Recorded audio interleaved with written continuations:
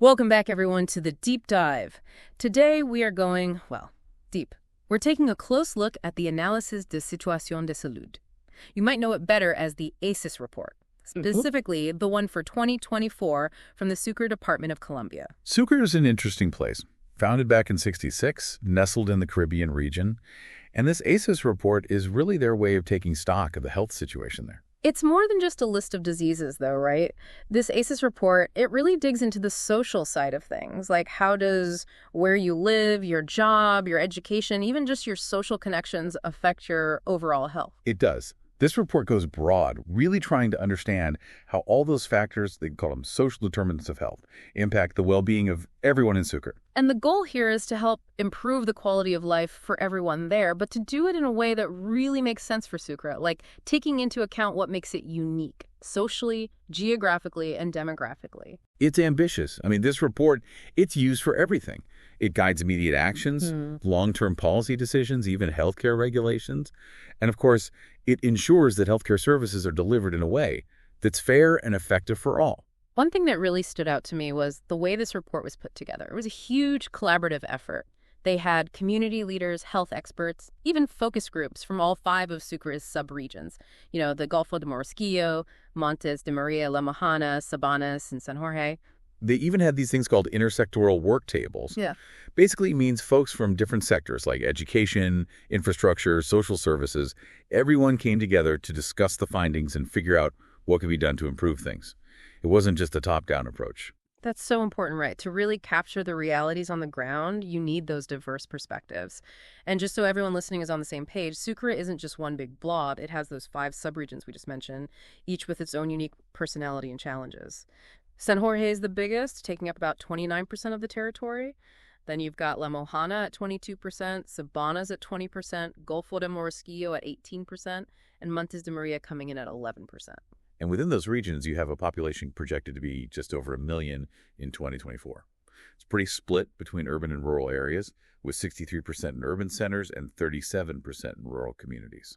But one of the really interesting things, I think, is the ethnic makeup of Sucre. Almost 18% of the population belongs to ethnic communities. That's a significant number, and it means that healthcare approaches need to be sensitive and responsive to the specific needs and cultural contexts of these communities. We're talking about 11.2% Afro-descendant, 6.4% indigenous, and 0.2% from the Rom community. And we can't ignore the socioeconomic realities here either. The report paints a pretty stark picture. 54.5% of Sucre's population lives in poverty, with almost 20% in extreme poverty. That's based on 2023 figures. And then you've got an unemployment rate of 11.8%, and a whopping 97% of rural labor is informal. That's a huge concern, especially when you consider the impact on access to things like healthcare and Social Security benefits. And when you layer on the fact that almost 74% of households are experiencing food insecurity, with over 10% facing severe food insecurity, you begin to see how these socioeconomic factors can significantly impact health. It's like a chain reaction, right? Poverty leads to poor nutrition, limited access to healthcare, and increased vulnerability to diseases. It all ties together. And that brings us to the major health concerns the report highlights. Exactly. The report identifies a high burden of non-communicable diseases, which account for about 67.2% of health problems. Then there's the impact of communicable diseases at 15.3%. and a really important focus on vulnerable populations and their unique health needs. It's a complex picture, and it really sets the stage for us to dive deeper into some of these key areas. So let's start with the ground level, literally. How does Sucre's geography, the actual landscape, impact the health of its people? It's not just one type of environment, right? Definitely not. Sucre is a diverse place, geographically speaking. It's got a coastline stretching for 102 kilometers, urban areas covering around 65.5 square kilometers, and then a vast rural landscape spanning over 10,851 square kilometers. And within those, you have the 5 distinct subregions, each with its own climate and geographical features. Some of these areas are really vulnerable to climate change, aren't they? The report mentions a large portion of the territory being susceptible to floods and droughts. It does. A significant 29% of Sucre is prone to flooding, and a whopping 42% is vulnerable to drought conditions. These climate events can wreak havoc on infrastructure, disrupt agriculture, and of course directly impact people's daily lives and well-being. And the long-term projections don't look great either. No, they don't. They're talking about a potential temperature increase of 2.1 degrees Celsius by 2070, coupled with a possible rainfall decrease of up to 16%. That's a big deal. It is. We're talking about potential impacts on agriculture, the economy, and of course, health. Think about it. Warmer temperatures and changing rainfall patterns, they can create ideal breeding grounds for disease-carrying mosquitoes, leading to an increase in diseases like dengue, which is already a concern in Sucre. And on top of these future risks, the report also highlights some pretty serious environmental challenges that are happening right now and impacting health. Deforestation, soil degradation, things like salinization and desertification, even the loss of crucial mangrove ecosystems, despite an overall increase in wetlands. And of course, we can't forget the water contamination issue. That's a big one. Especially in the La Mojana subregion, right, where they've found mercury contamination linked to illegal mining. That has serious implications for kidney health and other long-term health problems. It really underscores how connected environmental health is to human health. We can't separate the two. Absolutely. Right. And then you layer on top of that the accessibility issues.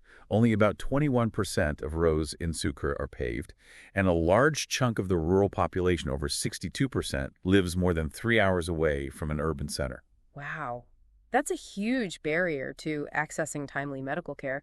You can see why we were talking about poorly defined symptoms earlier. Yeah. If people can't even get to a doctor easily, how can they get a proper diagnosis? Exactly. Delays in diagnosis and treatment, they can lead to poorer health outcomes down the line. And that's a major concern, especially when we're talking about emergency situations. Let's shift gears a bit now and talk about the social and cultural context in Sucre. It seems like family structures play a role here, too. They're not all the same across the entire department. That's right. While nuclear biparental families are the most common type in Sucre, making up about 60% of households, there's variation depending on socioeconomic status and location. Extended families, for example, tend to be more common in rural areas, likely reflecting differences in social support systems and economic realities. And then there's the ethnic diversity we talked about earlier. The fact that almost 18% of the population belongs to ethnic communities, many of which are concentrated in certain areas, really raises some important questions about health equity. Absolutely. The report addresses the specific challenges faced by indigenous and Afro-descendant populations when it comes to accessing healthcare. And it's not just about distance, although that can be a factor, but also about the complex realities of multidimensional poverty.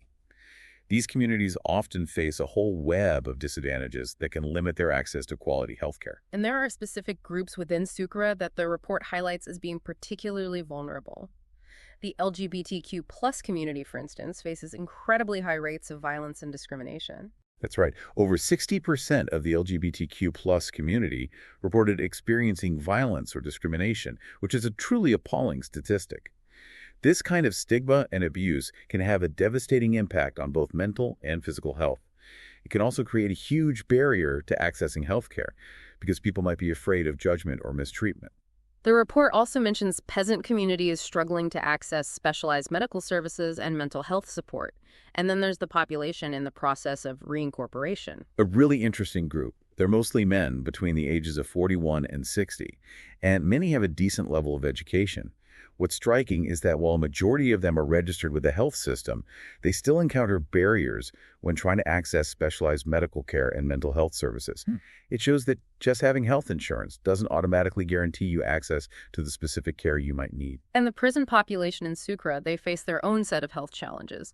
A large percentage of them are young adults between 18 and 60, and again, predominantly male. The report notes common offenses among this group are conspiracy to commit crime, homicide, and drug trafficking. The nature of incarceration, being in a confined environment with its own set of stressors, can definitely contribute to specific health problems that need to be addressed. People with disabilities make up a significant portion of Sucre's population, about 4.8%, and the report highlights that this is more prevalent among older adults and women. But the access to rehabilitation services seems to be a major issue. Definitely a concern. Only around 33% of people with disabilities have access to the rehab services they need. It's a big gap in care. The report emphasizes the need for community-based rehabilitation programs to reach more people, especially in rural areas where access is even more limited. Forced displacement is another huge issue, with a heartbreaking number of registered victims. This is a real humanitarian crisis. Absolutely. There are over 139,000 registered victims of forced displacement, which is a shocking 13.8% of Sucre's total population. And it disproportionately affects Afro-Colombian and indigenous communities, as well as people with disabilities, really highlighting the overlapping vulnerabilities at play. And the migrant population, largely young people from Venezuela, they face their own struggles accessing the healthcare system. Yeah, with 71% of migrants under 30 and a majority coming from Venezuela, that puts additional strain on the health system. And the fact that almost half of them are uninsured creates a huge barrier to getting the health care they need. Okay, so we've talked about the setting and the people, but now let's look at how work and living conditions influence health in Sucre. The report really highlights the prevalence of informal employment, especially in agriculture. It's almost universal. 97% of agricultural labor is informal. So what does that actually mean for the health of these workers? Well, it means a lack of access to those crucial Social Security benefits we talked about, including health care coverage. These workers are also more vulnerable to workplace hazards, things like pesticide exposure or accidents with machinery, without the same protections or legal recourse as those in formal employment. The report really stresses this informality as a major obstacle to improving health outcomes for a large segment of the working population. And then there's the poverty and inequality we discussed earlier. These high rates, they have a ripple effect across so many aspects of life, including health. Exactly. When over half the population lives in poverty and almost 20% in extreme poverty, it restricts access to basic necessities like nutritious food, clean water, decent housing, even education. And this is especially true in rural communities. The report also mentions some challenges within the education system that can indirectly impact health. Yeah, things like high repetition rates and the prevalence of bullying. While the report does acknowledge improvements in approval rates and a decrease in school dropout rates, these issues are concerning. Bullying especially can have long-term effects on mental and emotional well-being, which can translate into health problems later in life. And there seem to be some pretty stark differences in basic service coverage between urban and rural areas as well. Definitely. Access to clean water, sewage systems, and proper waste management, those are all crucial for public health. And the report shows significant gaps in these services, especially in rural parts of Sucre.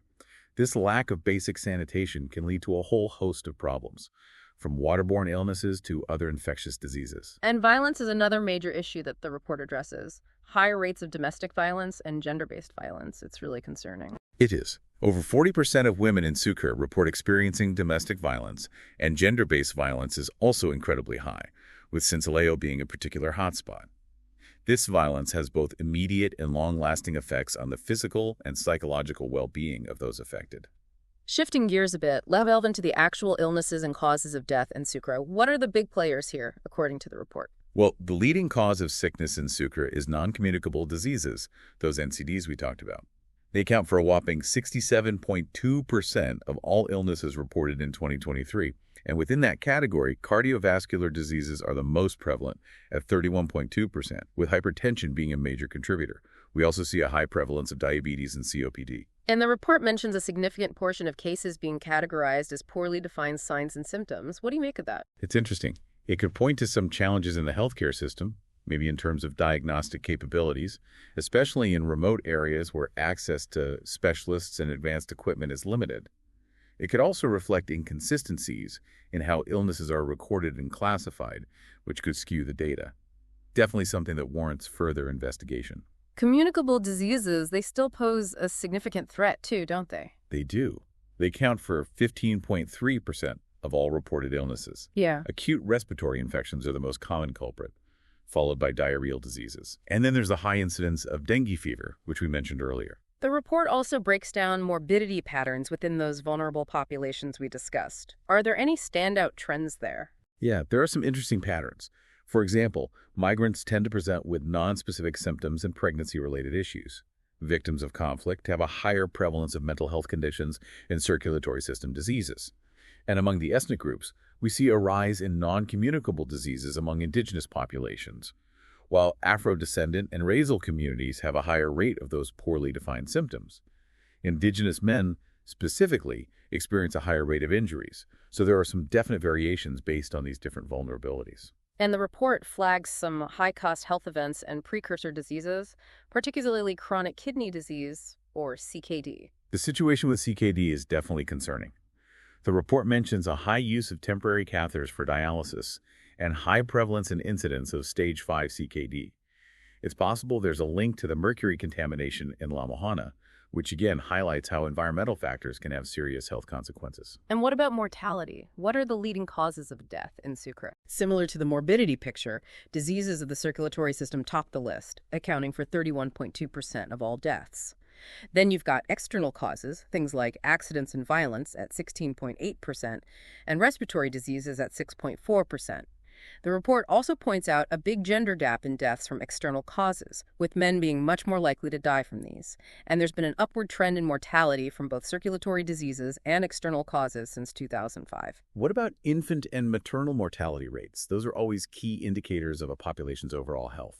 While there have been some improvements in these areas, the report emphasizes that there are still significant differences between urban and rural areas and between different socioeconomic groups. Infant mortality, especially from things like acute respiratory infections and diarrheal diseases, remains high in certain rural areas.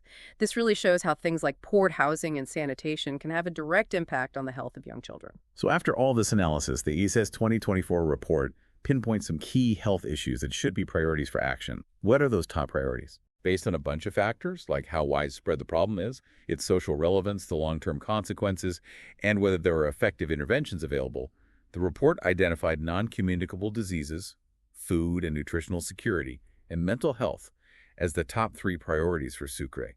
These are the areas that need the most attention and resources. This deep dive into the ACES report has been really eye-opening. The health landscape in Sucre is complex. It's shaped by geography, cultural heritage, socioeconomic challenges, and access to resources and services. It's all interconnected. You said it. While there's definitely progress in some areas, the disparities are still huge, especially for those in rural communities and vulnerable populations. Issues like poverty, environmental degradation, limited infrastructure, and inequality, they all contribute to the patterns of illness and death we see in the data. It's not just one thing, it's a whole system. The report is a call to action, really. It lays out a roadmap for tackling those critical health issues. Non-communicable diseases, food security, and mental health, those are the big 3. And it's going to take a collaborative effort across different sectors to make a real difference. And when you consider the environmental challenges Sucre faces, especially that water contamination issue and the long-term health consequences it could have, it really makes you think. What kind of creative and sustainable solutions can be put in place in areas like La Mojana to protect both the people and the environment? It's a complex issue, but it's crucial to address if we want to see lasting improvements in health and well-being in Sucre. Thanks for joining us on this deep dive into the ACES 2024 report for Sucre, Colombia. It's a fascinating and important document that really highlights the complexities of health and the interplay of social, economic, and environmental factors. We hope you found it informative and thought-provoking. Until next time, keep exploring, keep questioning, and keep diving deep. See you next time.